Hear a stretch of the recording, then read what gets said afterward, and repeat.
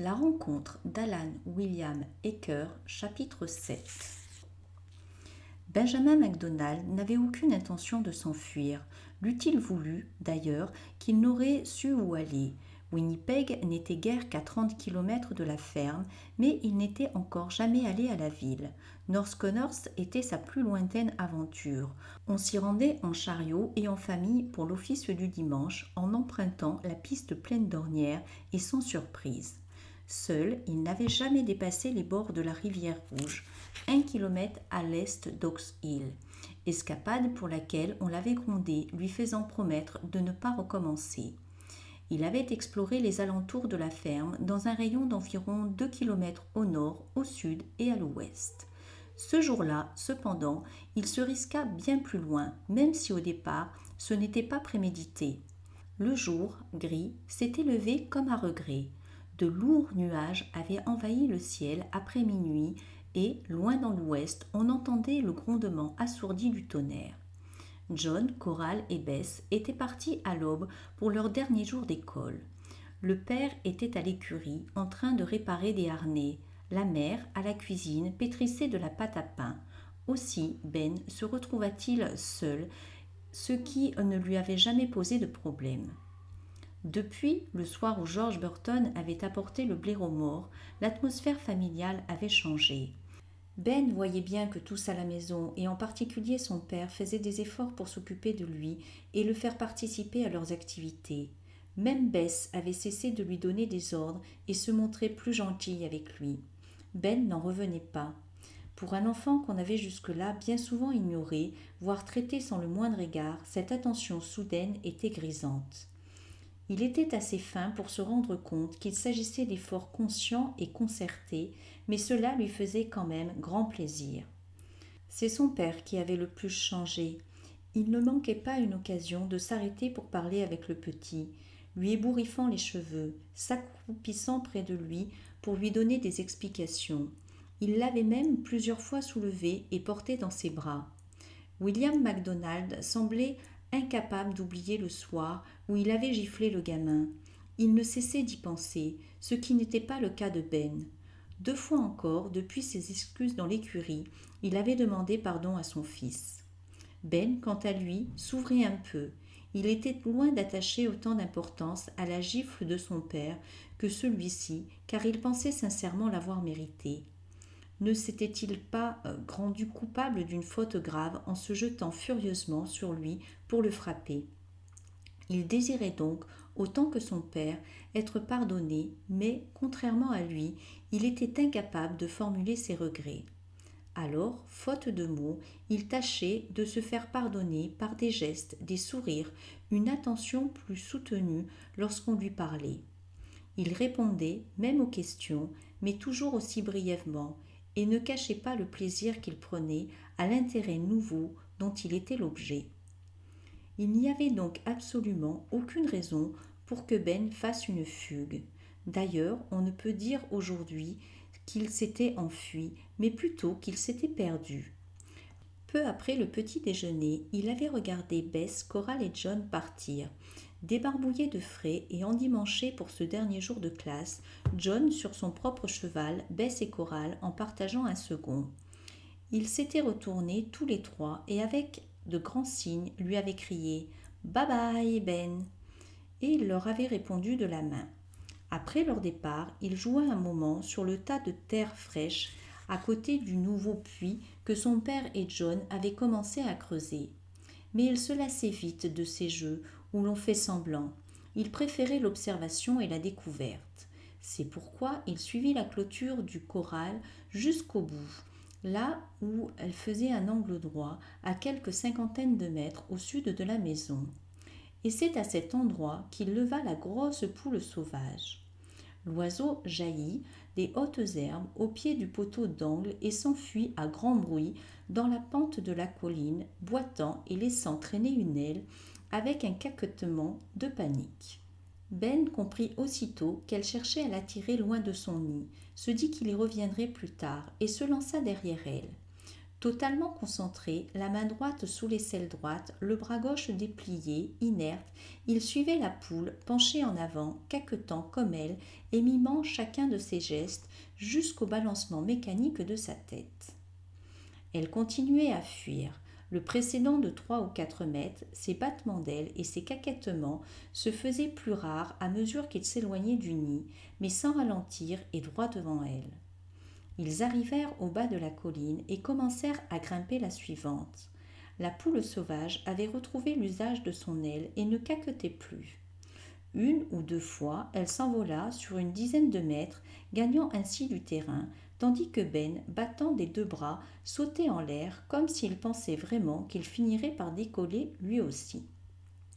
Et puis, à mi-chemin de la deuxième descente, dans un puissant ronflement d'ailes, elle s'envola au ras des herbes et disparut derrière la colline suivante.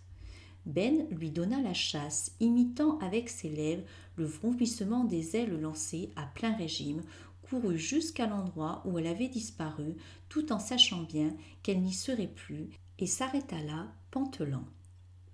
Eh, va donc, Poulette, s'écria-t-il dans le vide, puis il pouffa silencieusement, car s'il parlait rarement aux gens, il avait été encore plus surpris de s'entendre parler tout seul.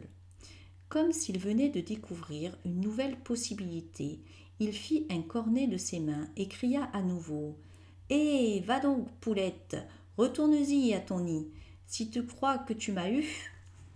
L'immensité de la prairie étouffa ces cris qui n'eurent pour écho qu'un lointain roulement de tonnerre. Il leva les yeux. Le ciel ne semblait ni plus gris ni plus bas qu'il ne l'était depuis le matin. Ben n'avait pas encore envie de rentrer, aussi continua-t-il droit devant lui. Il monta et redescendit plusieurs autres buttes, puis, au loin, il aperçut un faucon pèlerin qui croisait sa route à bonne allure et s'arrêta pour l'observer. Arrivé au-dessus d'un étang bordé de roseaux, le rapace le survola d'une seule boucle, puis reprit sa direction première, à tire-d'aile. Ben poussa un grognement déçu. Il aurait bien aimé voir l'oiseau de plus près. À son tour, il se dirigea vers cet étang qu'il ne connaissait pas. Sur la rive, les grands roseaux étaient trop denses pour qu'il pût se frayer un chemin jusqu'au bord de l'eau, mais il aperçut quand même, entre les hautes tiges, une tortue multicolore qui pointa son nez à la surface, puis replongea aussitôt. Un martin pêcheur venu de nulle part plana au-dessus de l'eau un instant, plongea et réapparut peu après, le bec vide. Comme vexé d'avoir été si maladroit, il émit un cri éraillé et strident, puis décolla soudain d'un vol brouillon qui l'emporta par-dessus les roseaux. 2 collines plus loin, il stoppa pour contempler un petit chardonneret ravissant, posé en équilibre sur un long brin d'herbe, balançoire improvisé dans la brise qui fraîchissait, ses ailes noires repliées et sa queue noire aussi, mettant élégamment en valeur le jaune éclatant du reste de son plumage. Il avait même une petite tache noire assortie sur le haut de la tête. Un peu plus loin encore, Ben se mit à courir dans tous les sens, bondissant de ci, de là, comme il tenait de suivre le vol capricieux et imprévisible d'un papillon frivole. Soudain, dans la brise qui s'était levée, une bourrasque inattendue emporta le papillon qui disparut en tourbillonnant. À nouveau, Ben regarda le ciel. Les nuages s'assombrissaient et le tonnerre se rapprochait. Fronçant les sourcils, Ben se demanda pourquoi il n'avait pas remarqué tout cela plus tôt. Il avait dû laisser passer l'heure du déjeuner. Il était grand temps de reprendre le chemin de la maison. Il repartit d'un bon pas dans la direction qu'il pensait être la bonne. Se sentant vaguement coupable, jamais il n'était allé aussi loin. 1 heure plus tard, il marchait toujours, mais d'un pas moins vif et avec, dans un coin de la tête, une certitude grandissante. Le soleil n'était pas apparu depuis le matin et Ben se rendit soudain compte qu'il n'avait aucun moyen de savoir dans quelle direction il allait. Autour de lui, les hautes herbes ondoyaient à l'infini sur des collines basses qui se ressemblaient toutes. Il n'y avait trace nulle part de bâtiments familiers qui couronnaient Ox Hill. Au loin, il apercevait ici et là des étangs ou des mares, mais il ne les reconnaissait pas. Les affleurements épars des rochers gris lui étaient toujours aussi étrangers. Une autre heure s'écoula, puis deux. L'après-midi devait tirer à sa fin et il marchait toujours sans aucun repère connu. Il eut, pendant un instant de panique, l'impression d'avoir, comme la petite fille dont sa mère lui avait lu l'histoire, franchi la porte d'un autre monde. Les nuages bas et tourbillonnants semblaient lancer à sa poursuite. Le vent empoignait sa chemise, tordait ses cheveux. Un tas de rochers se dressa à 200 ou 300 mètres devant lui, et il dévala la pente dans cette direction, espérant y trouver refuge avant que la pluie ne s'abatte. Il tomba, se releva avec une chaussure en moins et se remit à courir. Son autre chaussure lui faussa compagnie 2 minutes plus tard, mais il ne s'arrêta pas. Il atteignit les rochers en même temps que les premières grosses gouttes de l'orage, hors d'haleine et boitant des 2 pieds dans ses chaussettes tire-bouchonnées. L'empilement de rochers, à sa grande déception, se révéla beaucoup plus petit qu'il ne l'avait semblé à distance. Il n'offrait ni surplomb ni creux où se blottir pour attendre à l'abri la fin de l'orage. Ben avait peur maintenant. Il était aveuglé par des larmes d'impuissance autant que par des aiguilles de pluie qui lui fouettaient le visage. Il n'y voyait plus qu'à quelques mètres dans les trombes d'eau qui arrivaient sur lui. Alors, ne sachant que faire, il tourna le dos à la pluie et se mit à courir comme s'il avait pu la battre de vitesse. Mais au bout de quelques mètres, un de ses pieds se déroba sous lui et il s'étala de tout son long dans l'herbe trempée en poussant un cri. Il se redressa aussitôt et assis par terre se mit à pleurer pour de bon en serrant sa jambe repliée contre lui. Son pantalon s'était déchiré et son genou saignait. Baissant les yeux, il vit le caillou qui l'avait blessé et à côté le large trou qui l'avait fait chuter. À cette seconde, la pluie redoubla de violence, le trempant de la tête aux pieds en un instant, noyant le mince espoir qui lui restait d'y échapper. Alors, sans vraiment réfléchir, il glissa ses 2 jambes dans le trou et s'y enfonça. Il avait beau être menu, cela n'alla pas sans peine, ses épaules ne passaient pas, et il dut ressortir jusqu'à la ceinture pour agrandir le passage à main nue. Dans sa hâte, il se retournait les ongles et pleurait de plus belle, mais ses sanglots se perdaient dans les rafales de pluie. Il parvint finalement à progresser, toujours les pieds devant, et s'aperçut qu'en dessous, le boyau était un peu plus large. Ses épaules frottaient contre les parois et il lui fallait garder les bras tendus au-dessus de sa tête, mais il n'était plus coincé. Il continua ainsi jusqu'à ce que sa tête et ses bras soient hors d'atteinte de la pluie battante. Alors, le menton dégoulinant de larmes mêlées de pluie, il abandonna tout effort et resta là, immobile, à plat ventre, dans les rigoles qui s'infiltraient jusqu'à son pantalon. La pluie continua jusqu'au soir. Parfois elle se calmait, au point qu'il était prêt à ressortir, mais c'est à ce moment-là qu'elle redoublait d'intensité, déchaînée, diluvienne. S'il avait su retrouver son chemin, il aurait affronté l'orage, mais il ne savait même pas quelle direction prendre. Il ne s'était jamais senti si petit, si seul, si perdu. Le jour s'assombrit encore à l'approche de la nuit.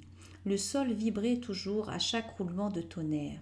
Soudain, dans un éclair déchirant, la foudre tomba si près, avec un vacarme si épouvantable, qu'il fut anéanti de frayeur et urina sous lui.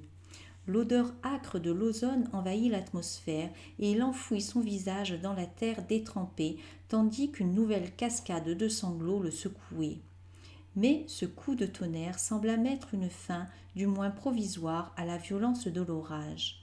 La pluie décrut sensiblement sans pour autant s'arrêter, tandis qu'au loin le tonnerre continuait à gronder presque sans s'interrompre. Il faisait nuit depuis à peu près 1 heure et Ben était dans un état de demi-sommeil lorsqu'il redressa brusquement la tête. Un bruit nouveau approchait au dehors, un bizarre mélange de grognements et de soupirs asthmatiques. Dans l'obscurité du boyau, l'entrée faisait une tache vaguement plus claire et ce pâle reflet fut soudain effacé par une masse opaque qui pénétrait dans son refuge. Totalement vulnérable, terrifié, Ben fut incapable, dans ces premières secondes, d'imaginer ce que cela pouvait bien être. La grosse mère blaireau, qui boitait toujours de sa patte blessée, avait quitté sa nouvelle tanière depuis le matin. La faim l'avait poussée à partir chasser, et puisque sa blessure ne lui permettait pas d'utiliser sa technique habituelle, elle s'était rabattue sur les étangs et les mares, les grenouilles et les rainettes. Elle avait même avalé un caneton, le petit dernier d'une récente couvée de colverts. Malgré l'orage et la pluie, elle avait continué à chasser jusqu'à ce que, sa faim plus ou moins apaisée, elle retourne à sa tanière, sous les rochers pour se reposer. Et ce n'est qu'une fois engagée dans le tunnel qu'elle avait senti la présence du garçon. Dans cet espace confiné, le grondement qu'elle émit alors était proprement terrifiant. Ben se mit à hurler « Va-t'en, va-t'en !» agrippant une poignée de terre boueuse. Il tenta de la lui jeter, mais sans grand succès. Le grondement se fit alors plus profond, plus âpre, et au lieu de battre en retraite, la bête avança. Ils étaient face à face, tout près l'un de l'autre maintenant, et Ben se remit à crier. La tête de la bête était presque au ras de sa main, et il se hissa vers elle avec l'intention de lui griffer les yeux, tout en se mettant à gronder à son tour. Ce n'était sans doute pas aussi effrayant, mais c'était quand même une remarquable imitation de son grondement à elle. Il lança la main vers son museau et aussitôt elle envoya vers lui sa patte droite, oubliant qu'elle était blessée. 2 des 3 griffes qui lui restaient effleurèrent la joue de l'enfant. C'est lui qui eut la plus grande peur, mais c'est elle qui souffrit le plus. La douleur ravivée la fit glapir et elle recula sensiblement. La pluie avait repris et tambouriné sans discontinuer. La position de la bête était inconfortable, la tête en bas et l'arrière-train offert à l'averse. Elle cessa de gronder pour émettre un jacassement à voix basse qui, bien que différent de ceux que Ben avait entendus, le renseigna pourtant sur la nature de l'intrus. Il s'agissait donc d'un blaireau. Ravalant ses larmes, un peu rassuré par le recul de la bête, Ben lui répondit, d'abord en imitant le jacassement qu'il venait d'entendre, puis en reproduisant celui qu'il avait appris lors de leur précédente rencontre. Il ne pensait pas, bien sûr, qu'il pût s'agir du même blaireau, mais il espérait que cela calmerait l'animal et l'empêcherait d'attaquer. Il recommença et, à son grand soulagement, l'autre recula et finit par sortir complètement. Une bouffée d'air frais et humide lui arriva au visage, suivie par une nouvelle rigole cascadant le long du boyau. L'enfant resta longtemps à guetter l'entrée du terrier. Lucarne grise dans le noir, mais l'ombre massive ne devait pas réapparaître. Le blaireau était parti. Alors, trempé, engourdi de froid, moulu de crampes, exténué, Benjamin MacDonald finit par s'endormir.